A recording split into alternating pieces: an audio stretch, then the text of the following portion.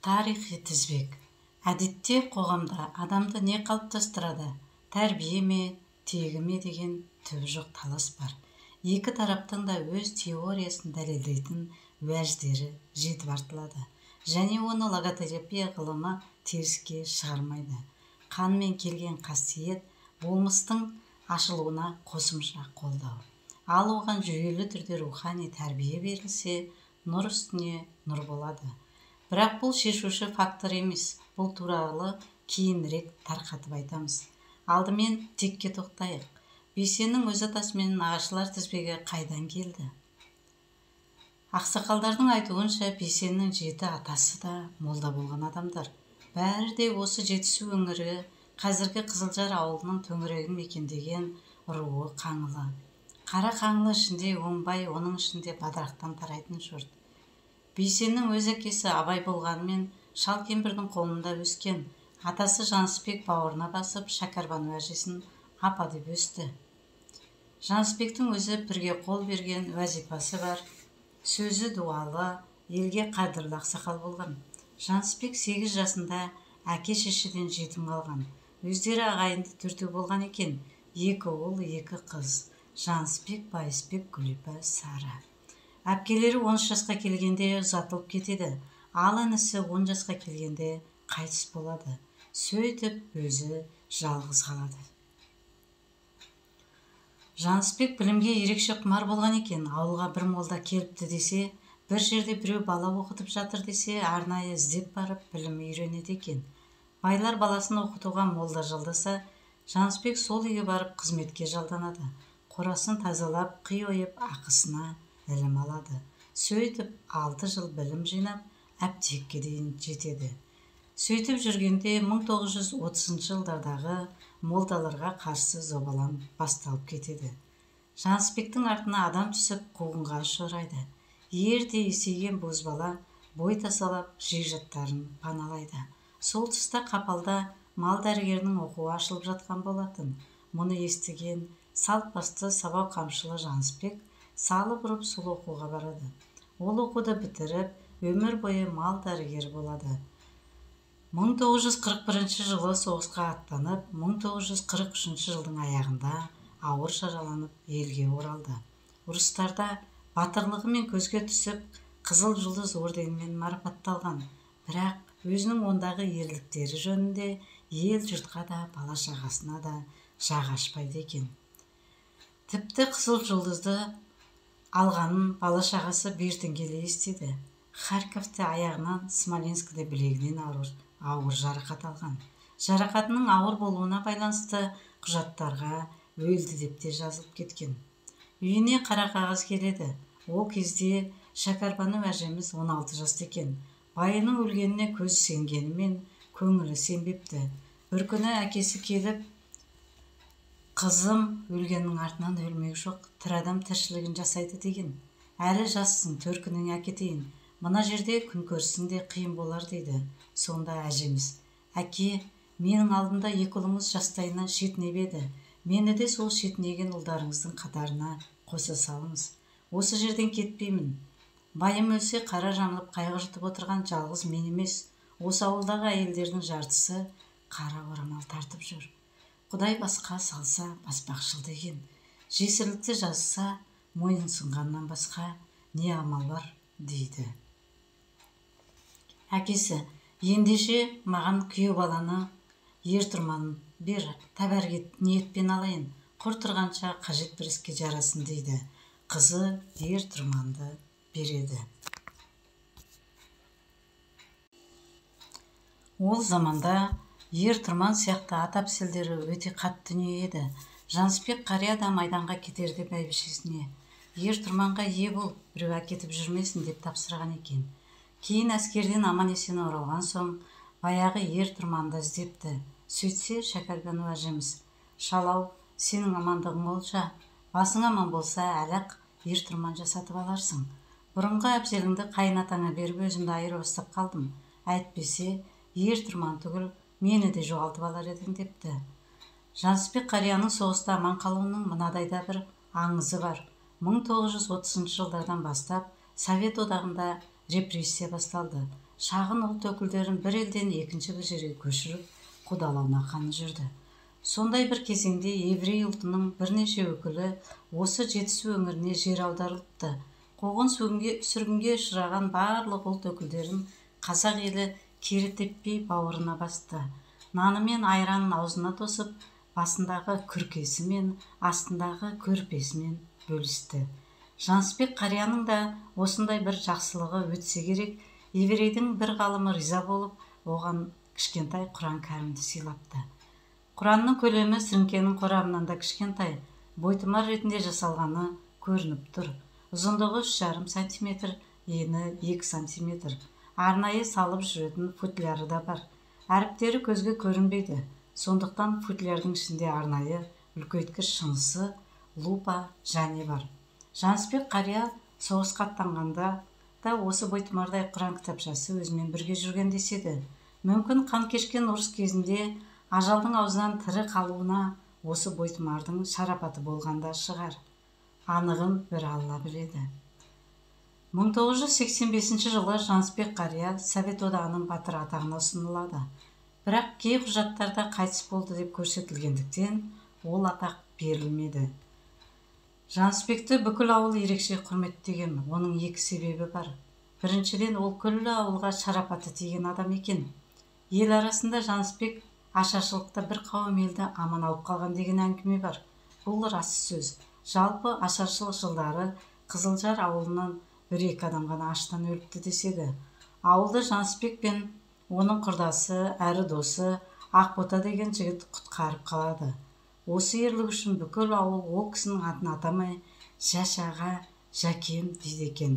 Тіпті ауылдың үлкендері де ол екеуіне қарсы келмей сыйлап өткен дейді.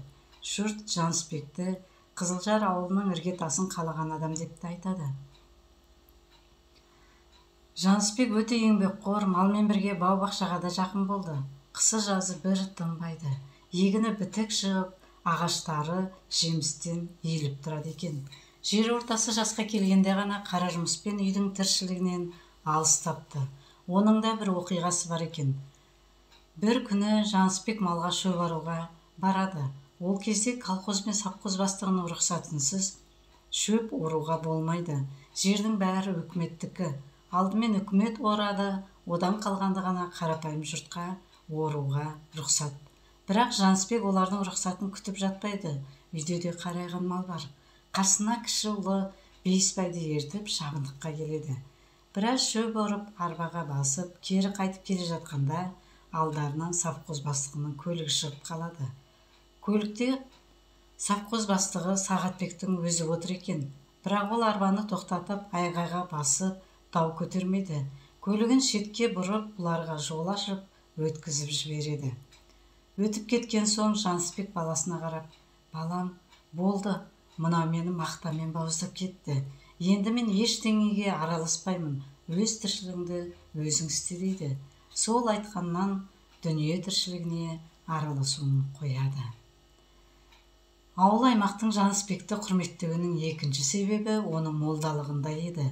Бірақ ол кісінікі өлім-жітімде жаназа шығарумен шектелетін құрғақ молдалық емес еді. Әр күні сағаттап отырып зікір айтып, көзінен моншақ-моншақ жас ағып отыратын еді дейді көргендер. Сондықтан төңіректің бәрі оны әулиедей көретін.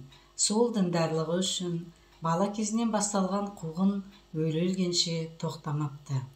Тіпті беріде заман түзелді деген кездерде де газет беттерінде Жансбекті даттап, діншіл, ескі көзқарастың адамы деген мақалалар шығып жатты.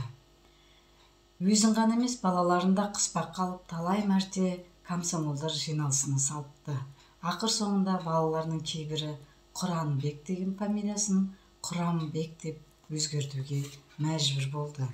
Соған қарамастан Жансбек қария құдайшылығынан бас тартқан емес. 1968 жылы ауыл адамдары Жансбекті молда сайлайды. Жаркентте атақты Тоқбай қажы деген кісі өтіпті. Қызыл империяның кезінде 3 рет қажыға барған, өз ажалын 1 апта бұрын айтып, 2 күн бұрын ағайын туысқа хабар жөнелткен әулие екен. Сол кісі Жансбектің білімін жоғары бағалап, бұдан артық молда таппайсыңдар, осы кісіні сайлаңдар деп сәлем айтады. Жанысбек ақсақал аяғым ақсақ, қолым шолақ, молдалыққа жөнім жоқ деп бас тартады. Бірақ жұрт бұл туа бітті кемістік емес, отанды қорғаймын деп жүріп жараландым. Бұл кемдігім есептелмейді дейді.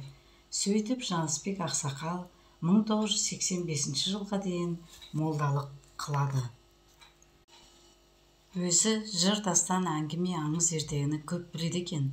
Бала-шаға ауыл жастарын ортаға алып, ескінің әңгімелерін айтқанды жақсы көретін. Бейсен әріп танитын жасқа келгенде түрлі дастандарды әкеліп, дауыстап оқытқызатын көрінеді. Бір жерін қате оқып қойса түзетіп отырады. Яғни тұтас дастанды жатқа білген. Балалары, атамыз өзі жатқа білетін дүниені неге бізге оқытып әуре қылады деп түсінбейді екен. Бірақ кішкентайынан жыр, дастан оқи беріп, кеуделерінің құндылыққа қалайша толып қалғанын байқамайда қалған. Кейін осы оқыған жыр, дастаны рухани ұстынын бекітіп, өмірден сүрінуге, адасып қадам басуға мүмкіндік бермеді. Жанысбек ақсақал өлетінен 1 сағат бұрын далаға шығып күнге қарап отырады да, дүние сараяқтың ішіне толды. Қой үстіне бозторғай жұмыртқалаған заман келді. Осыны шайқап алмасаңдар болғаны депті. Бұл 1985 жылы мамыр айында айтылған сөз еді. Содан соң үйіне кіріп, бәйбіше, төсегімді сал, бұл сенің соңғы салған төсегің шығар дейді. Үйге қарамолда Ысқақ деген кісіні алдыртып, Ясин сүресін оқытады. Өзі соған ілесіп оқиды. Ысқақ сүрені оқып біткен соң, Жанысбек бала-шағасына қарап, ұстамаңдар, қидым деп айтыңдар дейді. Балалары кезек-кезек қидық әке, қидық дейді. Сол кезде ол кісі де бір рет терең тыныстап жүріп кетеді. Бұл кезде Жанысбек ақсақал 90 жасқа таяған болатын. Жанысбек ақсақалдың туған жылына байланысты мынадай ақпарат бар. Білетіндердің айтуынша, қария 1897 жылы дүниеге келген, бірақ 1916 жылы патша жарлығымен бұратана халықтардан майданға адам ала бастайды. Ол кезде бірінші дүниежүзілік соғыс басталып, Ресей империясы әскері зор адами шығынға ұшырап жатқан. Жанысбектің жасы ол уақытта 18-де еді. Байқұс баланы мән-мақсатсыз соғысқа кетіп, қыршыннан қиылмасын деп үлкендер оның жасын кемітіп жазады. Сөйтіп құжат бойынша 1903 жылы туылған деп өзгертілген деседі. Бейсеннің әжесі Жанысбектің жұбайы Шәкәрманда құдайына жақын адам еді. Шын аты Шәкәрбану. Жалайыр ішіндегі мырзадан, оның ішінде Дөнен руынан тарайды. Қашқын деген аталары Меккеге жаяу барып қажытанған екен. Қашқыннан Низа туады. Низабай адам болған. Низадан 3 ұл, 1 қыз қалған. Жақсылық Жақсынбай Гүлжамыш Нұрмолда. Жақсылық сөз ұстап, ақын болған кісі екен. Өзінің 16 баласы болыпты.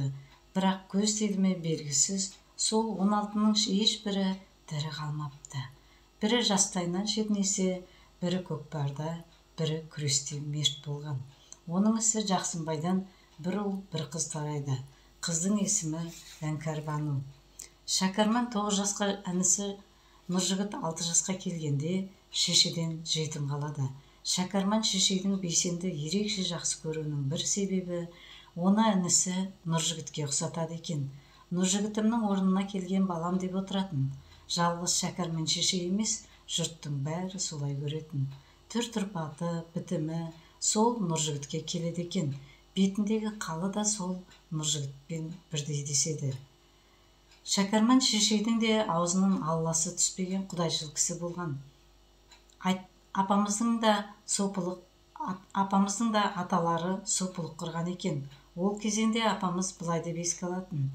Апта сайын біздің үйге біраз адам жиналады. Әкелеріміз бізге алдын ала шай қойдырады. Үлкен кісілер ішке кірген соң 100 метр жерден үйді торуылдатып қояды. Сөйтіп, Хасби Рабби Жалалланы айтып зікір салатын. Зікір біткен соң бәрі терлеп тепшіп шай ішетін. Әкелеріміз деп отырғаны Шәкәрбану әкесінің ағасы Жақсылықты да әкесіндей көретін. Ол кісі бала тұрмай шетіней берген соң Жақсынбайдың балаларын өз баласындай көріп, мейірленіп отырады екен. Шәкәрбану шешей де жасы 100-ге таяп бақиға аттанғанша қолынан тәпсісін тастамай намазын қаза қылған жоқ. 90-ға таяған шағында жамбасын сындырып сүйек бітпесе де жаттығудың күшімен бойын көтерген адам екенін жұртшылық біледі. Жанысбек пен Шәкәрбану соғыстан бұрын отау құрған, бірақ соғыс аяқталғанша бала тұрмапты, шетіне берген екен. Жанысбек қарт соғысқа аттанып кеткенде Шәкәрбану шешейдің қолында нәрестесі болған екен. Бір күні майданда жүрген Жанысбек жұбайынан хат алады. Хатта Шәкәрбану шешей үйдің тіршілігі қалай болып жатқанын, туған туыстың жай-күйін сипаттай келіп, соңында бір ауыз сөзбен бала аман деп қана түртіп қойыпты. Жанысбек бәрін түсініп қайтара жазған хатында бала шетінеген екен ғой, бұрын хаттың басында жүруші еді, соңына түсіп қалыпты. Ештеңе етпес, басың аман болса, әлі ақ бөпелі боласың, деп жұбатыпты. 1948 жылы дүниеге Абай ағамыз келеді. Абайды бүкіл ауыл мойынға бұршақ салып тілеп алған деседі. Жанысбек ауылға қадірлі адам болған соң, оның бір перзентке зар болып жүргені бәрінің жанына батады. Сол кезде ауыл халқының дұғасына қосып, Абайды Құдайдан сұрап алған деседі. Сондықтан Абайды ауылдың баласы деп біледі екен. Бірдеңе білдіріп қойса да, ешкім оның бетінен қақпай, еркелетіп өсіріпті. Абай ағамыз ғылым білімге құштар еді. 14-15 жасқа келгенде зооветеринарлық техникумда оқиды. Оны бітірген соң әскерге барып, қиыр шығыста борышын өтейді. Орысша өте сауатты болғасын, әскерде кеңсе хатшысы писар болып қызмет етеді. Қайтып келген соң ветеринарлық міндетіне кірісіп, өмірінің соңына дейін кәсіп қылады. Абай ағамыз кітапты көп оқитын еді, философияға жақын.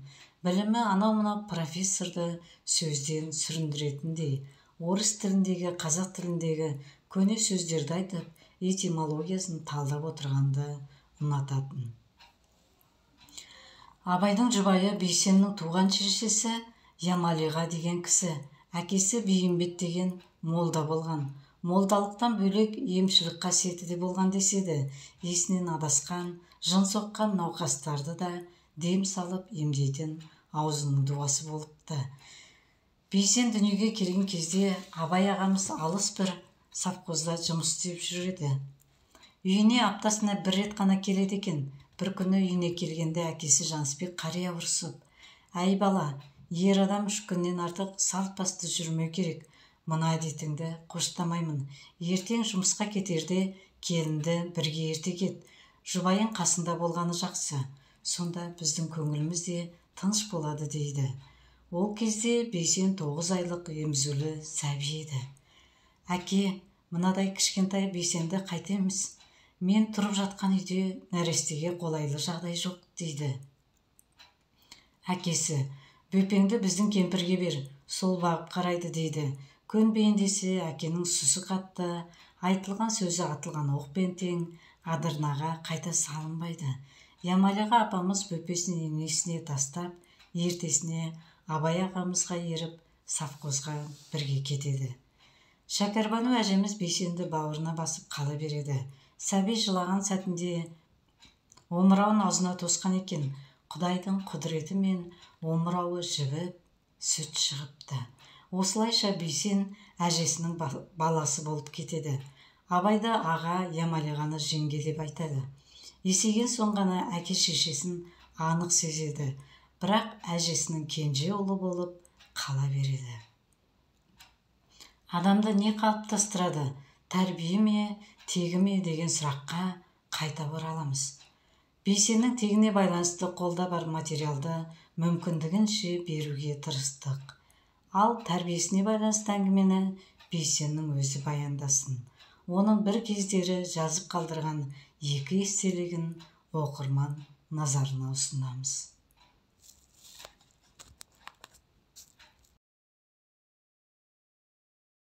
Атамның сабақтары. Әр ересек адамның өмірінде оның қалыптасуына ықпал ететін, оны тәрбиелейтін, оған үлгі болатын адам болады. Менің өмірімдегі сондай адам туралы өзіңе сыр шерткім келіп отыр. Ол кісі менің атам. Әрбір ісімнен, қарекетімнен атамның сабақтарының ізі әлі күнге дейін білініп тұрады. Егер мен осы кезге дейін қандай да бір белеске шығып, жетістікке жеткен болсам, ол атамның тәрбиесінің жемісі деп білем. Менің атам жаратылысы ерекше жан болатын. Орта бойлы, шымыр денелі, шашын тақырлап алдырып тастайтын. Соғыстан алған жарақатының салдарынан сол қолының шынтағы жазылып бүгілмейтін. Бір аяғы екіншісінен қысқа. Бірақ сол кемтар жағдайына қарамай өте қуатты, шапшаң еді. Ауылдың тірлігі ертеден кешке дейін қара жұмыспен өтеді ғой.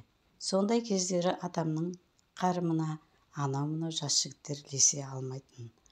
Әке шешеден жастай жетім қалған, ашаршылықты бастан кешкен шиеттей балалар көз алдында шетінеген қанқұйлы соғыстың бел ортасында болған. Әйтеуір өмірдің тауқыметін бір адамдай тартса да мойымаған, сағы сынбаған. Сырттай қатал мінезді көрінгенмен жүрегі жұмсақ, бауырмал болатын. Қазір өткенге үңілсем, ол кісі ешқашан мені отырғызып қойып, балам адал бол, мықты бол, әділ бол деп әңгіме айтпапты. Ол кісі артық сөйлемей, тек өзінің ісімен көрсететін және тапсырма беріп орындататын. Менің бойыма атамның ең алдымен сіңірген жақсы қасиеттері еңбексүйгіштік пен тазалық. Біздің ауламыздың бір бөлігінде алма бақ, бір бөлігінде апамның көкөнісі, бір шетінде жоңышқаның шабындығы болатын. Тағы бір жағында малға арналған қора-қопсы, осы шаруашылықтың барлығын атам ақсаңдап жүріп, бір өзі дөңгелететін. Таң атпай ұйқысынан оянып, намазын оқып болған соң, шық түспей тұрып, бидесін шауып алатын. Содан соң оны бізге балтамен майдалап туратып, қорадағы байлаулы тұрған қойға бергізетін. Атамның малды баптап баққаны өз алдына бөлек әңгіме. Сол баптағанның бір көрінісі бордақыланған қойлар семіздіктен орындарынан тұра алмай қалатын. Ал қораның ішіндегі тазалық қазіргі заманның техникамен жабдықталған мал фермаларындағы жағдайдан артық болмаса кем түспейтін. Одан кейін кезек аулаға келеді. Жаз болса үйдің айналасын қылпық қалдырмай сыпырып, қыс болса қарын күреп, малдың астын тазалап, жем-шөбін тұзын төкпей шашпай алдына дайындап қоятын. Атамның ұқыптылығы сондай. Аулада не қорада көлденең жатқан аша күрек болмайтын. Іздеген нәрсе әрдайым өз орнынан табылатын. Бізден де сол тәртіпті талап ететін. Атам қазірдегі тайм-менеджмент деген ұғыммен таныс болмаса да, күн тәртібіне ерекше көңіл бөлетін. Бар бала-шағаның ерте оянып, уақытымен тамақтанып, түстен кейін ұйықтағанын өзі қадағалап отыратын. Біз бала болған соң түстен кейін ұйқымыз келмейді. Есіл дертіміз ойын. Бірақ атамнан қорыққан соң көнуге тура келеді. Сондай күндердің бірінде қызық оқиға болды. Атам бізді ұйықтады ғой деп ойлап өз шаруаларына айналып кеткен. Біз оянып алып, бір ойынды бастап жібердік. Баланың шынашағындай ғана бір темірді тауып алып, соны алма кезек жасыратын болдық. Ойын қызды. Темірді жасыру мәртебесі маған тиді. Мен ұзақ ойланбастан аузыма сала салдым. Салдым да, үнім өшіп, көзім баданадай болып, не істерімді білмей отырып қалдым. Өйткені әлгі темір лып етіп өңешімнен өтіп кетті. Жұтып қойыппын.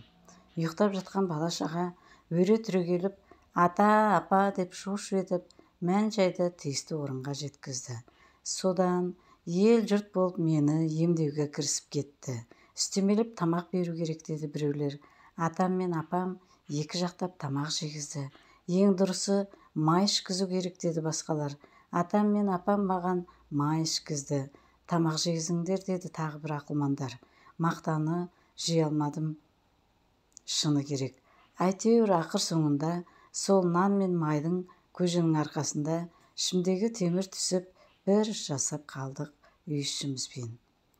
Енді әңгіменің желісін қайтадан аталмыш күн тәртібіне бұратын болсақ, атамның алдымен жұмыс, одан кейін ойын-сауық, демалыс деген қағиданы ұстанғанын айтқым келеді. Мен кезінде футбол десе, ішкен асымды жерге қоятынмын. Әлемге әйгілі футболшы болу менің асқақ арманым еді. Соны білетін атам асық айнаған озар, доп ойнаған тозар, бәріне де қой бағып, қозы өсірген озар деген сөзді ескерді ме? Қайдам мені футбол ойнауға жібермес бұрын қора-қопсын тазалау, апама отын суды дайындап беру, малдың жем-шөбін беру сияқты бір қатар жұмысты жүктейтін. Содан соң оның тыңғылықты орындалғанын талап ететін. Жұмысыңды тындырып сабағыңды оқып болсаң, емін еркін добыңды тебе бересің. Ал егер бұлардың бірі орындалмай қалса, футболдан қағылдым дей бер. Менің өзімдің уақытыма, жұмысыма деген талапшылдығымның негізі сол кезде осылай қаланғанын қазір анық түсінемін. Әрине, баланы тәрбиелегенде әрбір ата-ана оның білімді, еңбексүйгіш, ақылды болғанын қалайды. Атам баланың психологиясы туралы қалың кітаптар оқымаса да, оның келешегіне қандай қасиеттер қажет екенін білген деп сеніммен айта аламын. Өйткені ол кісі өмірдің мектебінен өтіп, ыстық суықты көріп, әбден шыңдалған.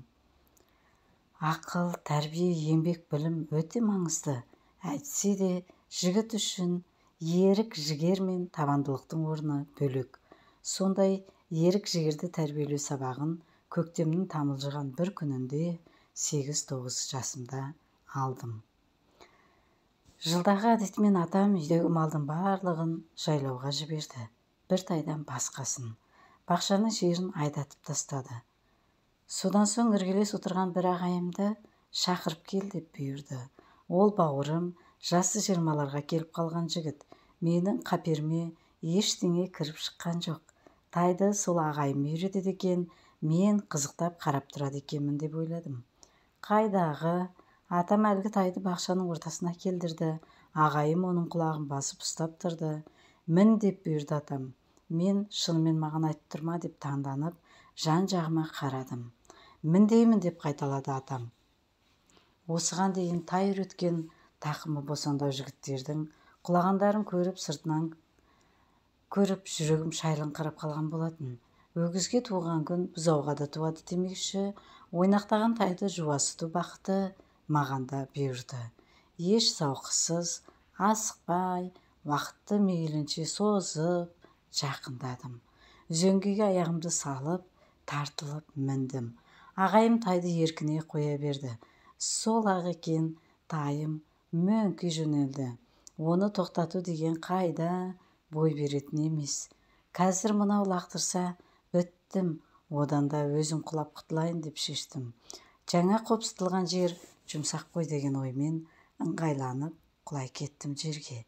Жерден түрегеп жатып, жарығым-ау, бір жерің майып болып қалды ма деп атам жетіп келеді деп күтіп тұрмын ғой. Ойлағандай ақ болды, атам жетіп келді. Бірақ өй әкеңнің бос белбеу неме деп айғай салған естігенде орнынан қалай атып тұрғанымды білмей қалдым. Атам былайғы кезде сабырлы болғанымен ашуланғанда өзін тежемейтін.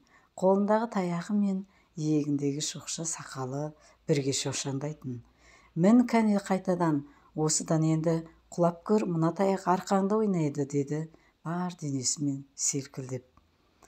Атамның мінезіне әбден қанық болғанмен, әлгі тайға қарғып міндім де жабысып алып, қаттым да қалдым. Ағайым қашан ашып, ауладан шығарып жіберді. Сол кеткеннен мол кетіп, тайдың сілесін қатырып, жуасытып алып келдім. Бірақ атама деген өкпем қара қазандай, мені құлағанда басымнан сипамады. Бір жерін майып қалады деп есіркемеді деген ренішімді баса алмай жүрмін. Атама қарап қоямын. Ол кісі түк болмағандай риза кейіппен күрең шайын ұрттап отыра берді.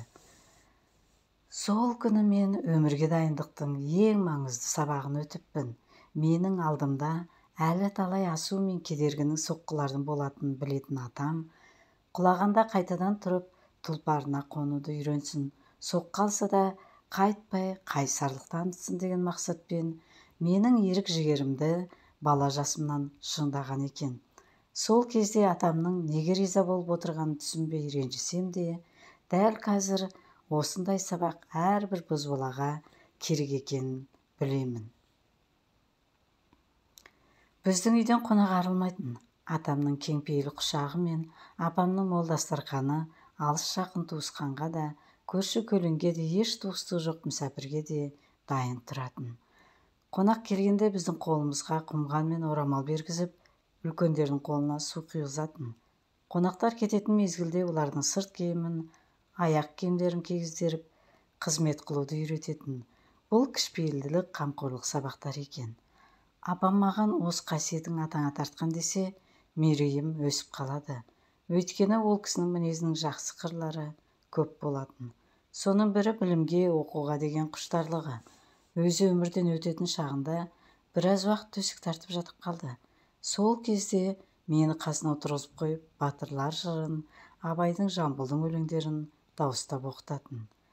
Қазір таразылап отырсам, өзі ауыр халде жатқан адамға өлеңнің де, жырдың да қызығы жоқ. Оның үстіне сол жырларда адам жатқа білетін.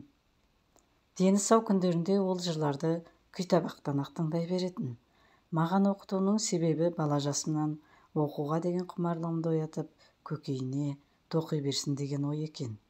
Атам соңғы демі таусылып, өмірден өткенше маған өзінің түйгенін, білгенін сіңіруге бар ынта ықыласын салыпты.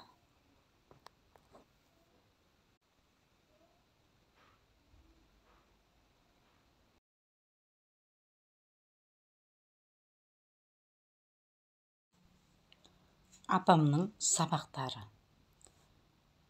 Таңғы 5 шамасы. Көрші бөлмеден күбірлеген дыбыс шығады. Бұл апамның дауысы. Жасы 95-ке келсе де, ұзақ жылдар бойы қалыптасқан тәртібі бойынша таңнан намазға тұрады. Жамбасындағы сынықтың салдарынан намазды отырып оқуға мәжбүр. Ақ орамалын бүркеніп, аппақ жайнамазын алдына төсеп жіберіп, менің ақ апам жүзін құбылаға жөнелтіп, үрім бұтағының тілеуін тілеп отырғанда, бетіндегі бір ғасырдың бедері тәрізді әжімдері жазылып, түрі нұрланып кетеді. Немеренің үлкені болған соң, бір жасқа толар-толмастан мені осы апам бауырына басып тәрбиелеген. Апамның өмірі мен үшін бір көркем фильм сияқты. 1924 жылы дүниеге келген апам 3 жасында анадан жетім қалған. Заманның тыныш кезінде жәрмеңкеге мыңдап қой айдаған байдың қызы сол байлықтың жұрнағында көрмеген. Айнала ашаршылық, аштық, бай кулак байдың тұқымы деген айдармен алдарындағы малды тартып алған, өздерін отбасымен жер аударып, жол салуға, қара жұмысқа айдап әкеткен. Апам бой жетіп қалған кезде әкесі қойнында Құраны бар, жүрегінде иманы бар адам. Осының етегінен ұста деп менің атама қосқан екен. Шаңырақ көтергеннен кейін көп замай соғыс басталып, ер азаматтар майданға аттана бастайды. Бірте-бірте ауылда тек бала-шаға, шал-кемпір мен қатын-қалаш қалады. Күнкөріс бұрынғыдан бетер қиындайды. Ауылдың тірлігінің бар ауыртпалығы әйелдердің мойнына түседі. Жер жырту, егін салу, арық қазу, бидай салған қаптарды арқалап тасу, отын су дайындау, осының барлығын әйелдер өздері атқарған. Сол кездегі буыны бекімеген жап-жас келіншек осы жұмыстың барлығына жегіліп, шиеттей баласы шетінеп, қысқа мерзімнің ішінде есейіп, ыстыққа да, суыққа да төзіп, шынығуына тура келген. Табиғатынан мықты жаралған, бойы биік, қол-аяғы балғадай, кең молынан пішілген апам қандай жұмыс болса да, жанын салып істейтінін бала жасымнан көріп өстім. Еңбексүйгіштік апамның бойында туа біткен қасиеті секілді болатын. Бақшада көкөніс, жеміс түр-түрімен өніп тұр, сиыр сауылып, сүт тартылып, май шайқалып жатыр, тары түйіліп, құрт ірімшік қайнатылып, атам кірпіштен қалаған орыс пеште нан пісіп жатыр. Немерелердің қарны тоқ, ауладан өзенге қарай маңғазданып, топ-тобымен қаз үйрек шығады. Ол қыстардың мамығынан жастық құс төсек жасалып жатыр. Күшін жуылып, көрпе құралып жатыр. Кезек-кезек қонақ күтіліп жатыр. Осының барлығы өздігінен болып жатқан жоқ. бұл шаруаны таңның атысынан күннің батысына дейін тыным таппай, қабағын шытпай дөңгелетіп жүрген апам. Еңбексүйгіштігіне қоса апам өте қуатты адам. Сол қуаттылығының бір дәлелі әлі күнге есімнен кетпейді. Менің жасым 16-ға кеп қалған кез, жазда апам екеуміз қой қырқуға кірістік. Әуелде мен апаммен бірдей бастап, әжептәуір ілесіп келе жатқан болатынмын. Сәлден соң қарасам, апам қойдың аяғын босатып жіберіп, денесі жеңілдеп қалған ол байғұс орнынан қуанып атып тұрды. Мен терлеп тепшіп жартысын тазалап біткенімде, апам екінші қойдың тонын шешіп алып, үшіншісіне кіріскен. Жұмыстың қызығына түсіп кеткен апам менің бір қойды соншама уақыт қинап отырғанымды енді байқады.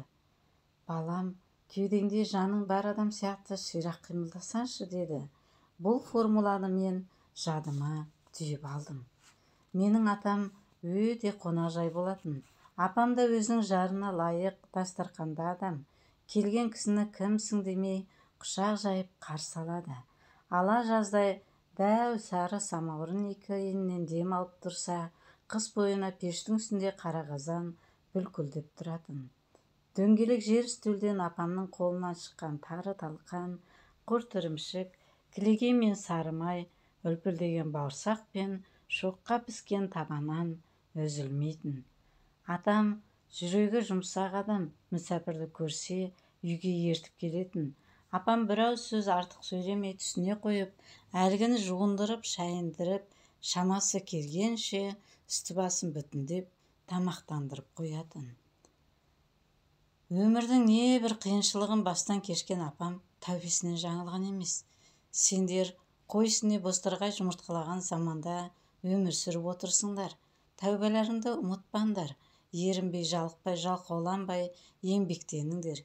Ешкім сендерді қуалап жатқан жоқ, қыспаққа алып, қисынсыз салық салып жатқан жоқ. Қазір өзің тапта, өзің жарат деген заман. Жоқ деп бекер жылана бермеңдер. Тәубе қылыңдар деп ақылын айтып отырады.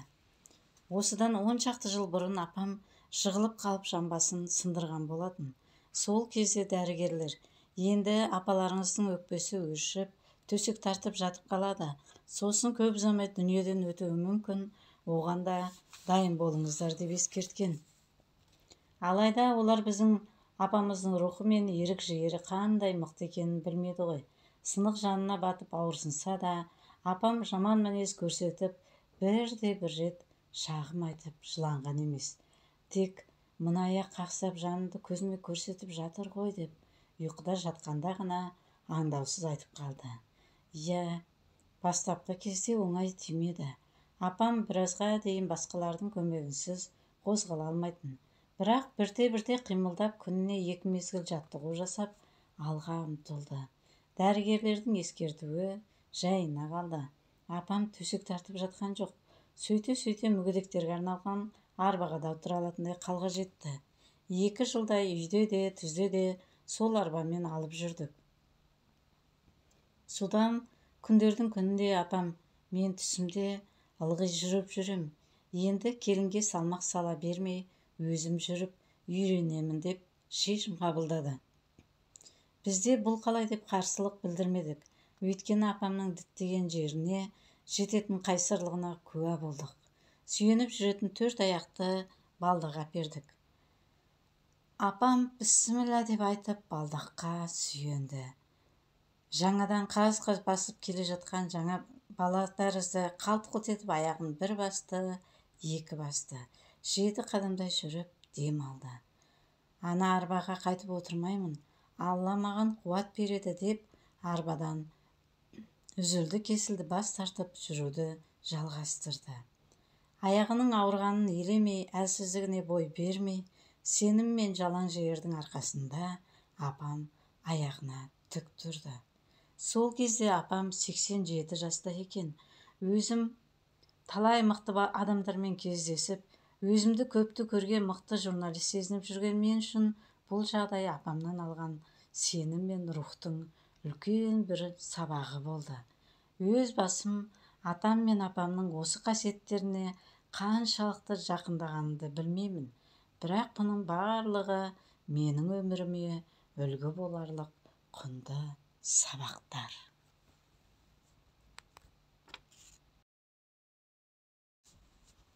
Болмыс және мән. Виктор Франкл логотерапияның ең басты ерекшелігі жайлы айтқанда мына нәрсеге мән берген: экзистенциализм болмыс жайында жап-жақсы толғайды, оны терең зерттеуге, құпия қырларын аша түсуге барын салады. Бірақ осы жауапкершілік арқалайтын болмыстың кім үшін және не үшін бұл қадамға баратыны анық емес. Меніңше, болмыс онтос бар жерде мәнде логос бар. Ал мән тіршілікті құлатпай ұстап тұратын ең маңызды нәрсе. Тіпті маңызды іске не үшін және кім үшін араласқаныңды саналы түрде айырмайтын болсаң, соның өзі психикаға кері әсер етеді. Не үшін адамды Homo sapiens деп атайды?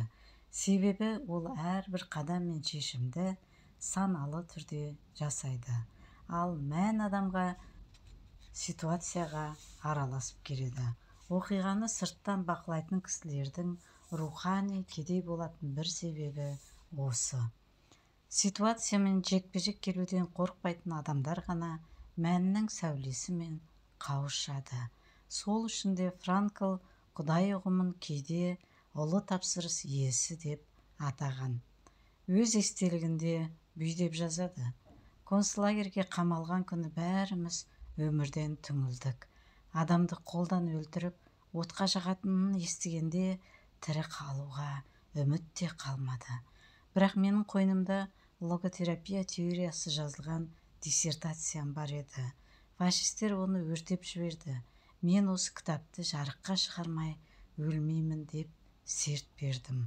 Кітаптың қиын тұстарын ұмытып қалмас үшін мимен қайталап жаттығып жүрдім.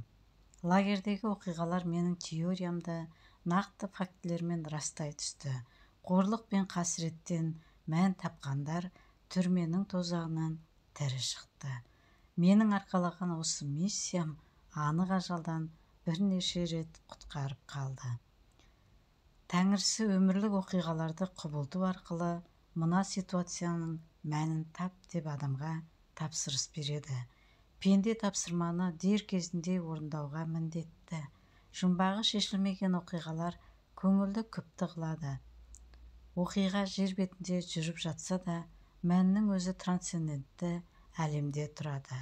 Пенде оқиғаның хикметін дәл тапқан кезде трансцендентті әлемнің құпиясымен шарпысып үлгереді.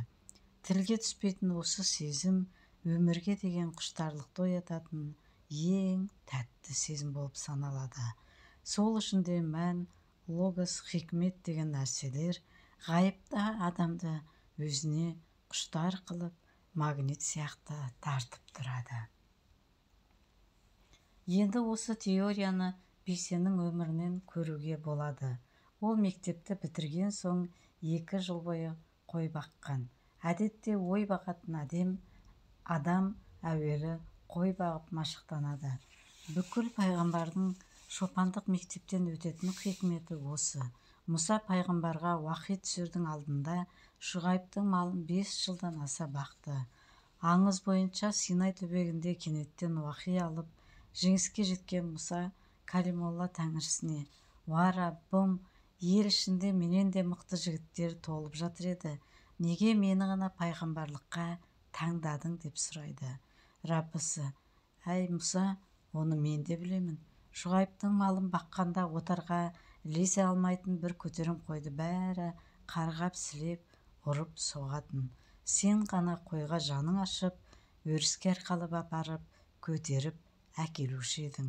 Нығметімді сатып бермеймін, сылтауға беретін жомарт Құдаймын. Сол қылығыңды сылтау қылып, сені пайғамбар қылдым» дейді. Бейсеннің 2 жыл қой бағуы кездейсоқтық деуге келмейді. Бәлкім, кім білсін. Бейсен де 2 жыл қой баққанда талай көтерем қозын арқалап баққан да шығар.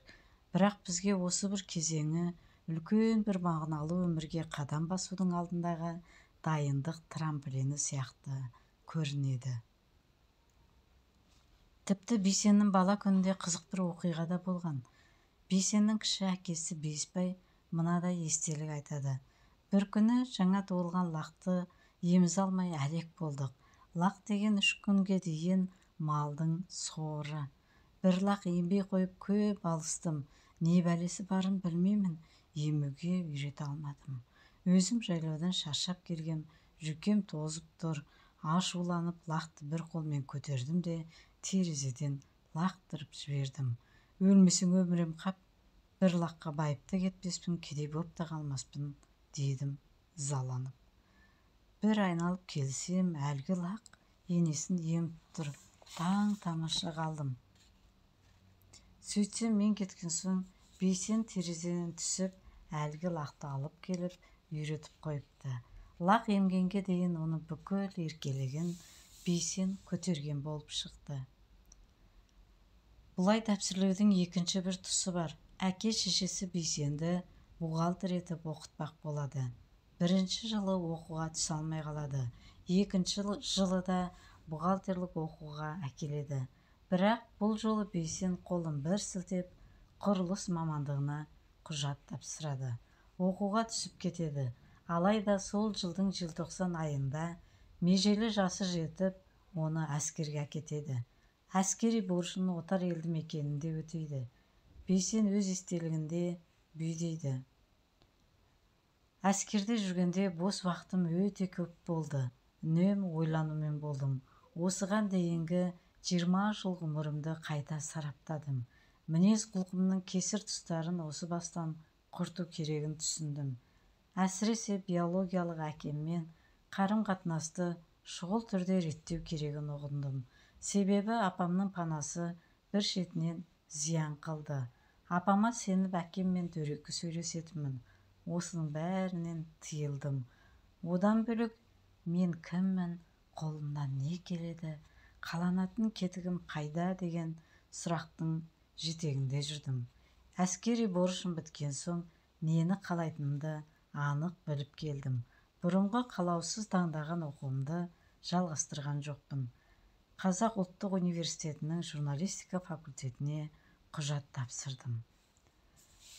Бейсеннің өміріне қарап отырсақ, болмыс пен мәнінің тартылысын байқауға болады. Логотерапия бойынша Құдайды ұлы тапсырыс иесі деп алсақ, ол пендесіне ситуация жібереді. Ол ситуацияның ішінде мән жасырылған. Егер дәл тапса, пендені жарқын өмірге қарай мән тарта жөнеледі. Таба алмаса, онда ситуацияға шырмалады. Өткен оқиғаның жағымсыз һәм керексіз жүгін өлгенше арқалап жүреді. 1986 жылы Бейсен 15-16 жасқа келгенде атасы дүние салады. Апасы жалғыз қалады. Дәстүр бойынша қарияны қара шаңырақтағы кенже баласы бағу керек. Бейсеннің алдында таңдау тұрды. Бірі қарияға қамқор болу, екіншісі армандарын жүзеге асыру. Ол студент атанған жылдары апасы әлі тым болатын. Айналасына салмақ салмай өзі жүріп тұратын. Тіпті қарап отырмай іс тігіп, күтушіге көмекші болатын. Ал Бейсен студент атанып, артынша сырттай оқуға ауысып, спорт газетінде істеп жүрсе де, апамды өзім бағамын деген түпкі мұратын бір сәтте есінен шығармаған. Бейсеннің болмысының ашылып, өмірге өзінше өрнек тастауына негізінен осы оқиға ықпал етті. Салыстыру үшін айта кетейік, логотерапияның негізін қалаушы Виктор Франкл ғалым ретінде атағы шығып, ең керекті маманға айналғанда Австрияны фашистік Германия басып алады. Венадағы ірі ғалымдар жаппай ақшқа көшіп жатты. Мұндай бақытты виза Франклға да бұйырды. Енді тек билет алып ұшу ғана қалды. Бірақ үйінде бағып отырған қарт әке шешесін тағдырға тапсыруы тиіс. Өткен жағдайда ата-анасын немістердің тұтқынына түсіп, қор болып лагерде өледі. Ал өзі шетелде танымал ғалымға айналады. Күні бойы ойланып, шешімін таба алмайды. Кешке үйіне оралады. Кенет үстел үстінде жатқан тастың сынығына көзі түседі. «Әке, бұл не тас?» деп сұрайды. Әкесі: «Бұл Мұсаның 10 өсиеті жазылған тақта тас. Фашистер синагоганы қиратып өртегенде мына тас сынып түскен. Қор болмасын деп үйге әкеліп қойдым» деп жауап береді. Таста жазу бар екен, не деп жазылған? «Ата-анаңды өлгенше құрметте» деген сөйлем ғана қалыпты. Әкесі осылай дегенде Франкл селк ете қалды. Бұл оны кездейсоқтық деп қабылдамайды, Тәңірінің жіберген белгісі деп таниды. Сол-ақ екен, шешім тез табылды. Ол ақшқа кетуден бас тартып, Венада қалды. Көп ұзамай бүкіл отбасы мүшесімен концлагерге айдалды. Ата-анасы сонда опат болды. Өзі әрең дегенде азаттыққа ілініп, тірі шықты. Осы 3 жыл лагерде көрген қорлығы жаңа ғылымның іргесінің беки түсуіне таптырмайтын мектеп болды. Әу бастағы Венада қаламын деген батыл шешімі ата-анасында тарихқа енгізді. Бейсеннің тағдыры да осылай қашалған. Өмірінің ең маңызды шешімдерін қабылдайтын кезде апам қиналып қалмай ма, апамның көңіліне келмей ме деген сұрақтар бірінші тұратын. Өзінің журналистік карьерасын апасының рахаты үшін құрбандыққа шала салу ол үшін түк те қиын болған жоқ. Үйленетін кезде де өзінің жеке қалауы мен құмарын қысып ұстаған. Ерте үйлену салттан шықпай тұрған 90-шы жылдары Бейсеннің 30-ға тақап үйленуі осымен байланысты.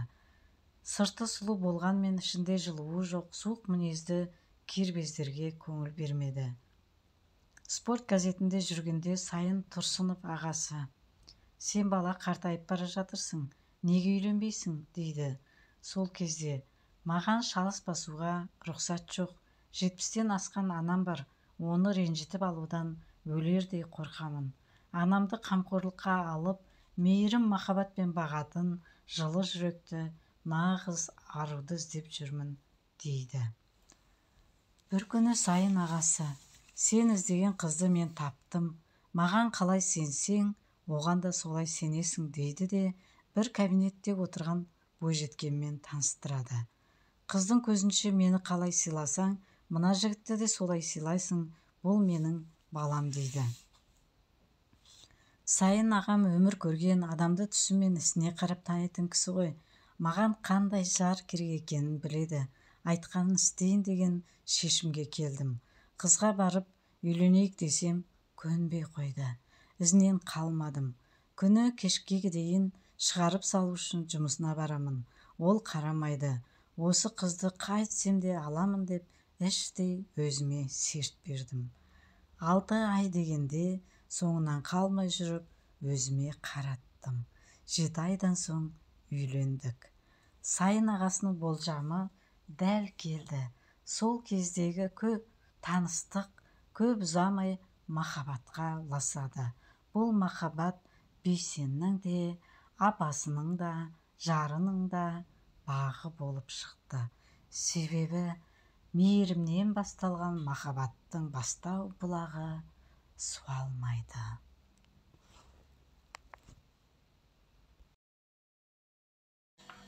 Болмыс және махаббат. Экзистенциализм махаббатты танымның бір көзі дейді. Болмыстың қойнауында жатқан осы сезім тірілгенде, дүниені махаббатпен тану процесі басталады. Ал логотерапия махаббатты танымның негізгі көзі деп таниды. Франкл: «Махаббат адамды соққыр қылмайды, керісінше құндылық әлеміне көзіңді ашады. Кісіні соққыр қылатын нәрсе жыныстық құмарлық» дейді. Сол үшін де логотерапияда махаббатты 3-ке бөледі. Жыныстық құмарлық, романтикалық сезім, шынайы немесе логикалық махаббат. Жыныстық құмарлықта биологиялық дене маңызды рөл ойнайды. Романтикада эмоциялар алдыға шығады. Нағыз махаббат құмарлықтың оты сөнген сәтте басталады. Ол кезде тартылыс сезімі болмыстың сыртқы 2 қабатын тесіп өтіп, оның ядросындағы қайталанбас бітіміне байланады. Бұл жерде өткінші сезім болмайды. Себебі болмысқа мәңгілік сипат дарытып тұрған рухани қасиеттер махаббаттың ыдырауына жол бермейді. Франкл бұл тақырыпты былай тарқатқан: бір күні жұмыстан кеш келдім. Қарт ата-анамды күтімге алған Тилли атты жас мейірбике бар еді. Ол жұмыста жүргенде мені алаңдамасын деп ата-анама кешкі асты әзірлеп қойыпты. Қолымды жуып дастарханға отырған сәтте жұмыстан телефон соқты. Бір кісіні көлік қаққан. Бас сүйекке дереу ота жасамасақ, ажал тақау. Маған тез жет деді. Қолыма бір уыс құрғақ кофені алып аузыма салдым да шайнап шығып кеттім. Операция ұзаққа созылды. Түн жарымда үйге оралдым. Келсем, ата-анам жатып қалған. Мейірбике мені күтіп отыр екен. Тамағымды ысытып алдыма қойды. Асымды қомағайлана асап отырғанда Тилли: көлік қаққан кісі не болды? Жарақаты ауыр ма? Тірі қалды ма? деп қамқор дауыспен сұрады. Сол сәтте тұла бойымды бір сезім шарпып өтті. Бұл махаббат болатын. Оның ата-анамды күтіп ас-ауқат әзірлегені сезімімді оятқан жоқ еді. Науқастың жағдайын жанашырлықпен сұрағаны мені толқытып жіберді. Сол сәтте ішімнен: мен бұл қызға ғашықпын, осы қызға үйленуім керек деп күбірледім. Яғни Франкл бұл қыздың жанашырлық қасиетіне ғашық болады. Біреудің қамын жеу, біреу үшін мейірімі ояну сияқты қасиеттер әдемі бойжеткеннің сыртқы сымбаты мен беткі келбетінен асып түседі. Бейсен де жар таңдауда Абай атасының мына ақылын басты өлшемге алған. Тіпті жаттап алып жиі айтып жүретін: жасаулы деп малды деп байдан алма, кедей қызы арзан деп құмарланба, ары бар, ақылы бар, ұяты бар, ата-ананың қызынан ғапыл қалма. Біреуді көркі бар деп жақсы көрме, лапылдақ көрсе қызар нәпсігер ме, әйел жақсы болмайды көркіменен, мінезіне көз жетпей көңіл бөлме. Сондықтан Бейсен бойдақ кезінде кейінде қылтың-сылтың жүріске ұрынбаған. Жан-жарымен табысып үйленген сонда Абайдың осы өлеңін екеуі ара отырғанда жиі еске алатын. Өлең арқылы өмірлік серігін жұптық сапарға тәрбиеледі. Сайын ағасы таныстырған соң екеудің таныстығы бірден күшеймеген. Себебі Бейсен ең басты өлшемге мейірім, махаббатты қойған. Кісінің бойында осы қасиет көрініс бермейінше сезімін тұсап ұстаған. Сайын ағасының қарындасы оның талғамына тура келеді. Тіпті бір кездесуде қартайған апасын мейіріммен мәпелеп бағатын нағыз ару іздеп жүргенін ашық айтады. Бір қызығы, неміс тілінің маманы модерн бойжеткен қарияны бағу деген нәпсіге ауыр тиетін тақырыптан қашудың орнына оған қызыға түскен. Оның бойындағы мейірім, махаббат Бейсеннің түбегейлі шешім қабылдауына түрткі болады. Осылайша көп ұзамай олар өмірлік жолдасқа айналады. Әуелде құмарлыққа құрылмаған бұл неке өте баянды болады. Баянды болғанының дәлелі сол: олар үйленген соң бір-бірінен жалығудың орнына керісінше бірін-бірі толықтырып, дамыған үстіне дами түскен. Неке эволюциялық жолға түседі. Бауыржан Момышұлының жақсы әйел күйеуін, ата-анасын, үйін күте білуі керек деген қанатты сөзі бар. Бейсен бұған бір талапты және қосады: жақсы әйел өзін де күте білуі керек. Өзін күте алмаған әйел өз қадірін өзі кетіреді дейді. Көп отбасы осы нүктеде оңбай сүрінеді. Еркектер әйелін қамауда ұстайды, мәдени, рухани дамуына мүмкіндік бермейді. Малды тауып жатырмын, сен тек үйде отырып ұқсат деп талап қояды. Мұндай орынсыз талап көптеген келіншекті 30-ға жеткізбей жөнжітіп жібереді. Себебі онтологиялық тұрғыда әйел мен еркек бір ғана болмыс, адам деген өлшеммен анықталады. Биологиялық және психологиялық тұрғыда ғана ер мен әйелдің қасиеті ажырайды. Бірақ түпкі мұратқа ұмтылғанда олар бірігіп кетеді. Сондықтан Бейсен жан-жарының шет тілін меңгеріп, йогамен шұғылдануына тек қолдау ғана көрсеткен. Екінші қателік келіншектер тарапынан болады. Үйленген соң махаббатымды таптым, миссиям орындалды деп ойлайды. Бірақ логотерапия махаббатты таным көзі деп таниды. Адамның ақыл ойы, дүние танымы қалай дамитын болса, махаббат та тоқтаусыз дамып отыруы керек. Дамытпаған жағдайда рухани тоқырау басталады. Себебі болмыстық деңгейде адам болмысы тоқтаусыз ашылып отыру үшін ғана жаралған.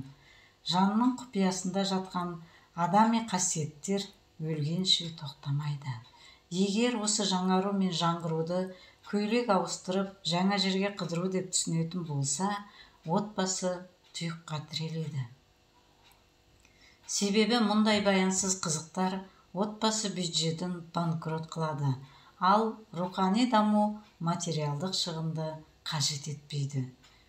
Бейсен үйленген соң өмірлік жарымен бірге дамыды. Ағылшын тілін үйрене бастады. Оны тез үйренудің методикаларын іздеумен болды.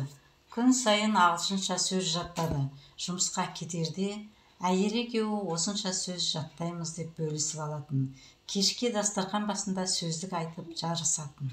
Наполеон Хиллдің кітаптарын бірге оқитын. Оның ішіне келетін ережелерді жаттайтын. Кешке шай үстінде бас қосқанда бір-біріне Хиллдің ережелерін қалай пайдаланғанын айтып бөлісетін. Таңертең бірге жаттығу жасауды әдетке айналдырады. Тіпті жұбайы жүкті болғанша айкидо үйретеді.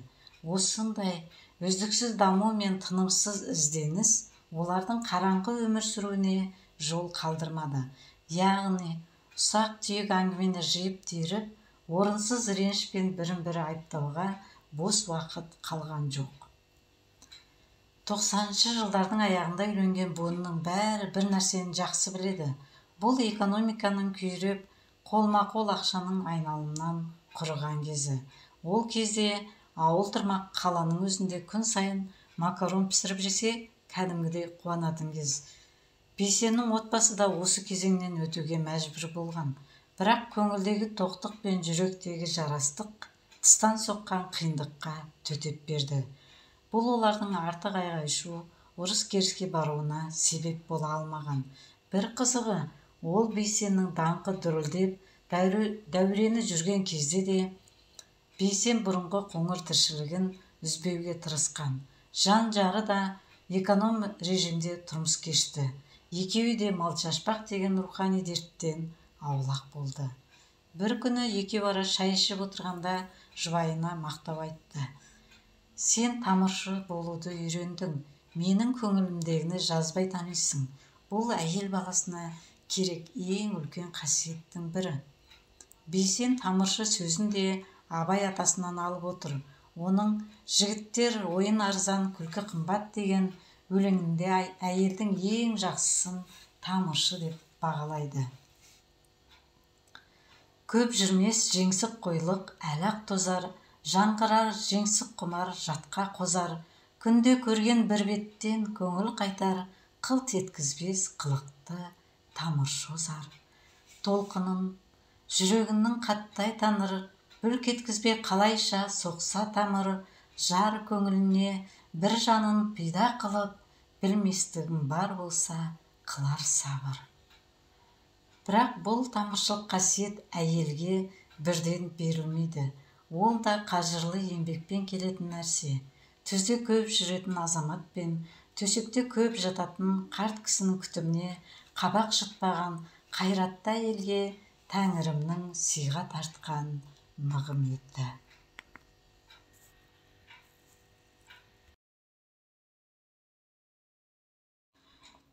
10 қағида. Атам заманнан бері мемлекеттің мықтылығы отбасының саулығына тәуелді екенін ақылды адамдар білген. Сондықтан да бір отбасын мемлекеттің бір клеткасы деп айтады. Немесе бір үй бір шағын мемлекет. Кірпіш тәндегі бір клетка кеселге шалдықса, бүкіл дене соның зардабын шегеді. Күйреген клеткалар қаптаған кезде адам өліп те қалады. Сол сияқты отбасы институты жаппай күйрейтін болса, ұлттың қауіпсіздігі қыл үстінде тұрады. Сондықтан жас адам жай ғана үйленбейді. Ол отбасын құру арқылы ұлттың қауіпсіздігін нығайтады, немесе өзінің шаңырағымен қоса мемлекеттің де ішін іріктейді.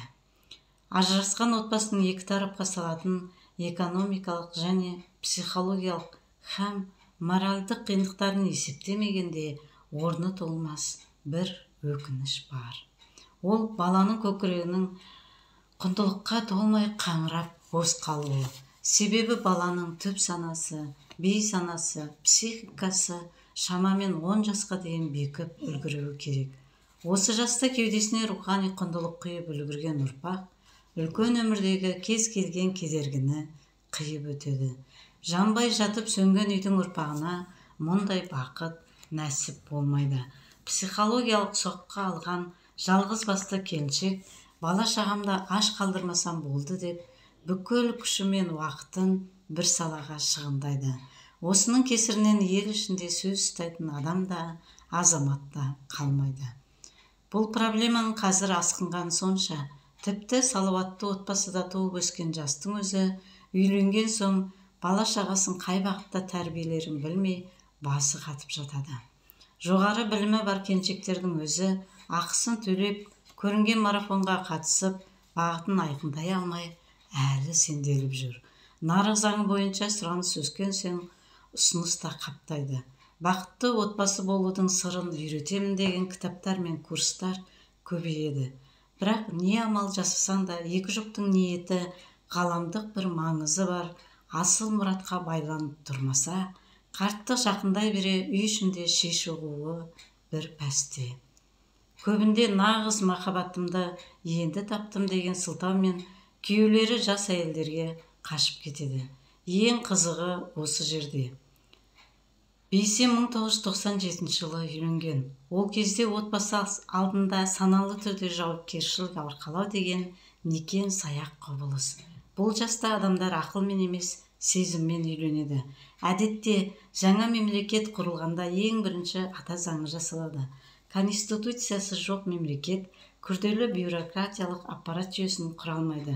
Тіпті Конституциясында 2-3 бабы қисық кететін болса, соның өзі мемлекеттің жойылуына әкеп соғады. Билік пен тақ мәселесі шиеленісіп, зайырлы құрылған мемлекеттің өзі монархиялық жүйеге қайта оралады. Монархиялық жүйеге ұлттық буржуазияны жояды. Ұлттық буржуазия жойылған соң ұлттың мәдениеті мен өнері өліп қалады. Қара басының қамымен қалған қараша көрінгеннің есігінде жалшы болып жайына кетеді. Дәл осы заңдылық отбасы үшін де жүріп тұрады.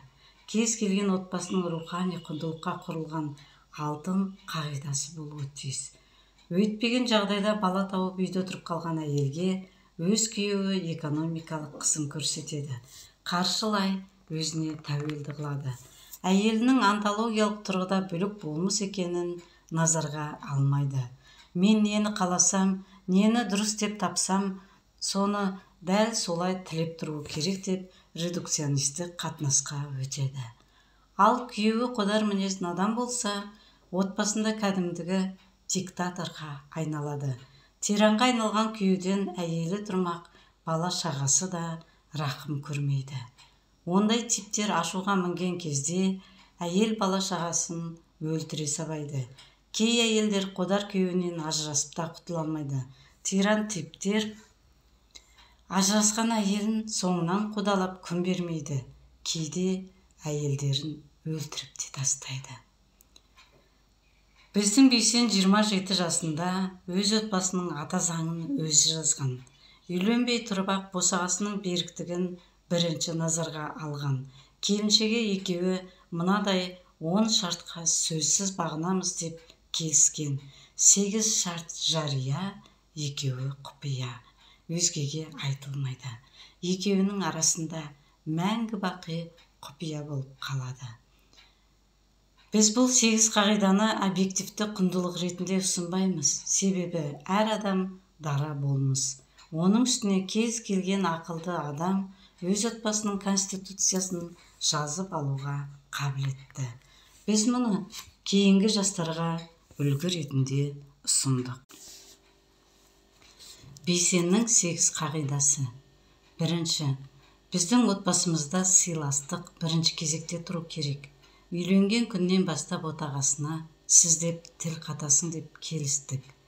Екінші, сенің атанаң менің атанам, менің атанам сенің атанаң. Балдызыма ақыл айтсам, туған қарындасым айтқандай айтам. Келіншегім қайнысына ұрысса, туған інісіне ұрысқандай ұрысады. Үшінші, қандай сыйлы қонақ келсе де, үйімізге ішімдік кіргізбейміз. Төртінші, баланы мектепке деген хан сияқты сыйлаймыз, мектеп кезінде шәкірт сияқты тәрбиелейміз, мектептен соң дос сияқты сырлас боламыз, бірақ ақыл айтпаймыз. Бесінші, ренжісіп қалсақ 5 минуттан соң сөйлесеміз. Жақсы адамның ашуы шайырымы кепкенше, жаман адамның ашуы басы жерге жеткенше. Біреуіміз қылт етсек, екіншіміз уақыт санап отырамыз. Алтыншы, үйде ер азамат есеп бермейді. Телефон соғып, қайда жүрсің, қашан келесің деген сұрақ қойылмайды. Жетінші, ешқашан ажыраспаймыз. Маған әйел, саған күйеу табылар, ал балаларға бөтен біреу әке-шеше бола алмайды. Сегізінші, біздің үйде ағайын туыс туралы өсек аяң болмайды. Бейсеннің 8 қағидасы құр сөз күйінде қалған жоқ. Әр қағиданы мүлтіксіз орындауға тырысты. Бастапқыда сіз деп сөйлеу құлаққа түрпідей естіліп, Бейсенді еріксіз күлкі қысатын. Кейін осы сөз отбасындағы татулықтың тірегіне айналады. Анасы әкесін сіз деп сыйлап тұрса, бала да әкесін құрметтейтінін түсінеді. Бейсеннің өзі бұл жайында сіз деп сыйлап көңіліңді аулап тұрған кісіге дөрекі тілдеп ұрыса алмайсың. Әрі әйелің де биязы қалпын сақтайды. Егер сен деп шапшып тұрса, балалар да отағасын әке ретінде сыйлаудан, именуден қалады дейді. Бейсен ата-енесін де өз әке-шешесінен кем көрмеді. Бірде жұбайының шешесі төсек тартып жатып қалады. Бейсен енесін Алматыға алдырып, дәрігерлерге қаратады. Диагнозы жазылмайтын дерт боп шығады. Кейуана мұны естіген соң амандығында тезірек үйіне жетіп алуды ойлайды. Ертесіне пойызға келеді. Вагоны қашықтау жерде екен, қарт кісі жүре алмай ентігіп қалады. Сонда Бейсен еңкейіп арқасын тосып, апа, арқама мініңіз дейді. Енесі мұны күтпеп еді, аңтарылып тұрып қалады. Бейсен, бәйбіше, жүр, тұра берме дейді де, әй шайға қаратпастан енесін арқалап, жылдам жүре береді. Қарияның, қой балам, өзім жүремін дегеніне де қарамай, межелі вагонның алдына кеп бірақ тоқтайды. Енесі купеге жайғасқан соң, көз жасын тия алмай, басынан айналдым, адалдығынан айналдым. Мұндай бала бергеніне Құдайға мыңда бір алғыс. Алтындай абыройына қарамай, мені туған анасындай арқалады ғой деп кемсеңдепті. Үйде ұрыс шыққан жағдайда да ерлі-зайыпты осы қағидаларды басшылыққа алған. Ренжісе қалсақ бірінші кезекте тілді тиямыз. Себебі ұрыс кезінде әйелдің де ердің де бірінші сілтер сойылы қызыл тілі. Тілден бал тағады, уда тамады. Ашу мен намысқа тиер ауыр сөз айтуымыз мүмкін. Ашуың келсе қолың тарт, айтпас жерде тілің тарт деген. Бетіміз ашылып кетпеу үшін ашуды дер кезінде тыйып үйренейік деп келіседі. Жұбайының телефон толғап, қайда жүрсің, қашан келесің деген сұрақпен тергеуіне үзілді кесілді тоқтау қойған. Оның себебін Бейсен бүйдеп түсіндіреді. Есеп бермеу, әйелімнен қорқпаймын, оған бағынбаймын, қалаған жерде жүремін деген дандайсуды білдірмейді. Еркек түздің адамы. Ол сыртта түрлі нәрсені көруі кәдік. Жұмысында қиын ситуацияға тап келеді. Олардың барлығы әйелдің көңіл күйіне жаға бермейтін әңгіме. Бостан-босқа жан-жарын үрейге, уайымға салып алады. Сосын амал жоқ, келіншегінің жүрегін жараламайын деп еркек байғұс өтірік айтып бастайды. Сол себепті әйел адам ер азаматын мезгілсіз мазаламағаны жөн. Сонда еркек те өтірік айтпайды, сырттағы проблеманы үйге тасымайды, тыста қалдырып кетеді. Үйге келгенде де ерінің сөйлеуге зауқы жоқ екенін байқаса, қайда болдың, не істедің деп сұрақтың астына алмағаны жөн. Жағымды нәрсе болса, ер азаматтың өзі айтып бөліседі. Мен кешігіп келсем де, жазғырып қарап зіркілдеп сөйлеме, жарай ма? Кешіксем салмақты себебі бар. Маған сенсең болады, бірақ мен кешіккенім үшін кешірім сұрап ақталады деп ойлама. Ондай әдетке итермелесең, ұсақты алып кетем. Одан соң өзің қадірлемейтін боласың, депті.